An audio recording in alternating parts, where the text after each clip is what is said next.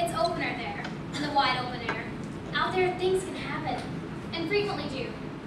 This quote from Dr. Seuss's book, Oh, the Places You'll Go, describes the possibilities that nature and life can hold. And today I'd like to take you to a place in the wide open air, a little gem nestled in western North Carolina at the foot of the Smoky Mountains, the Nantahala River. It's about a 5-hour drive from here, and one that I've made with my family every year for as long as I can remember. It's a place of beauty and serenity, and it's a great vacation spot to just get away from the world and enjoy what peace nature has to offer. So today, I'd like to share that magic with you by taking you verbally through the experience of rafting down the Nantahala River. And we'll start our journey at the outdoor center, then continue on to raft down the river, and finally arrive at the falls, the most exciting part of the whole thing. Just about a mile up the road from the falls is a little outfit called Endless River Adventures. Their website boasts that you'll enjoy 8 miles of Class 2 and 3 whitewater. As you walk up, you'll sign your waiver, you'll sign your papers, and you walk back out onto a deck. And there is where you encounter the first raft. It's a huge, oversized, mustard yellow inflatable contraption. It's covered in a durable plastic nylon-like material. And the outside is one big pontoon, and then inside there are 3 little benches, so to speak. When your instructor comes out, he'll go over things not to do on the river. And they all sound about the same. Don't fall into the river, he says, or you'll drown. Don't get your feet stuck on the bottom, because they'll get caught, and you'll drown. Don't catch the life rope around your neck, or it'll strangle you, and you'll drown. But don't let him scare you out of rafting, because the only real thing to be had from his speech is about those benches in the raft that look like 3-foot-long Twinkies. They're not really benches, so don't try to sit on them. They're really there to keep your feet secure when you go through the rapids. So jam 1 foot under it as far as you can, and you'll sit on the outer edge of the raft. This allows you better access to the water beside you, and it actually gives you more freedom of movement with your body. After your instructor finishes your speech, they'll send you back up to the main house to get your wetsuit. And believe me, you will want a wetsuit. It's this tight, black, spandex, neoprene thing that you'll have to squeeze yourself into and jump around, and when you finally get it on and you zip it up, you instantly lose 20 pounds. And your ability to breathe. That's okay though, that's okay.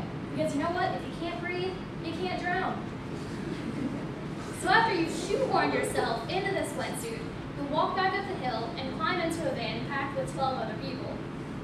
And from here, you'll head on down to the river. It's about an 8-mile trip from here to the place you'll stop in. And there you'll find yourself in a parking lot, unloading an 8-foot-long raft and carrying it down this little bitty narrow pathway to the water. And this is where you'll drop your raft and do your best to climb in and sit down without falling. And from here, when you launch out of this narrow inlet and you pull into the river for the first time, you're covered with a canopy of trees in the middle of their fall transformation.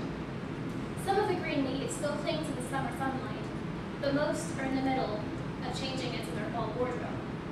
You'll pass out into a twinkling canopy mosaic of rich oranges and vibrant merlots and warm honey-golden leaves.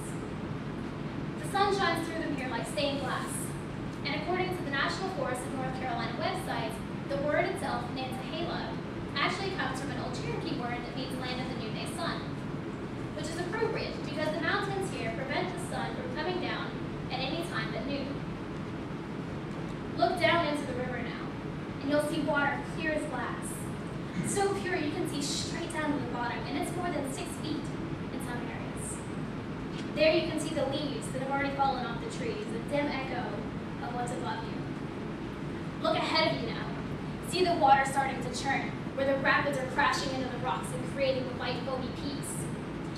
Snow-cold water that's just waiting to jump into your raft and numb your skin.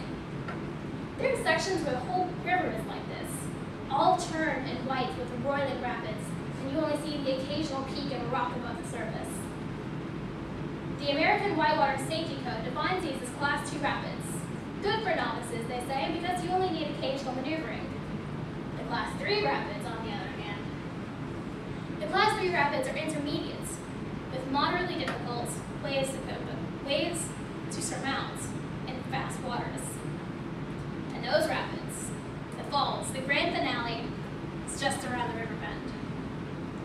You'll have been on the river for about 2 hours now, paddling to save your life in some places, and just coasting in others. But here you are, at the pinnacle of your ride. This is the most exciting part. This is the falls. And there are signs leading up to the falls. Caution, they say. Falls ahead, scouting advised. And if you've never been down this river, it really is advised. Just haul your raft out of the water, walk down a few hundred feet, and see what you'll be dealing with. Now, I'll admit, it doesn't look like a whole lot from the outside. It's a drop of just a few feet, and then you can coast into the pool beyond that. But it can be really tricky. There's a sheer rock wall to your right, and there's another underwater rock in the middle.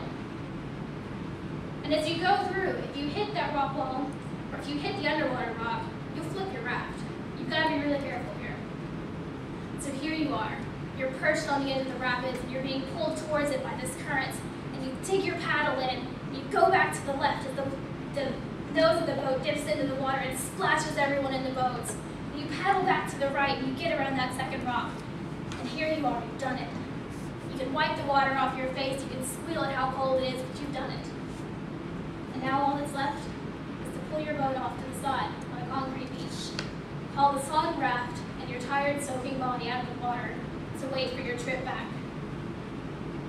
And so this is the end of our journey.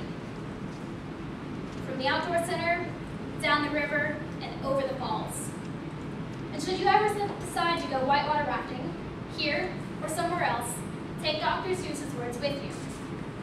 You're off to great places. Today is your day. Your mountain is waiting. So get on your way.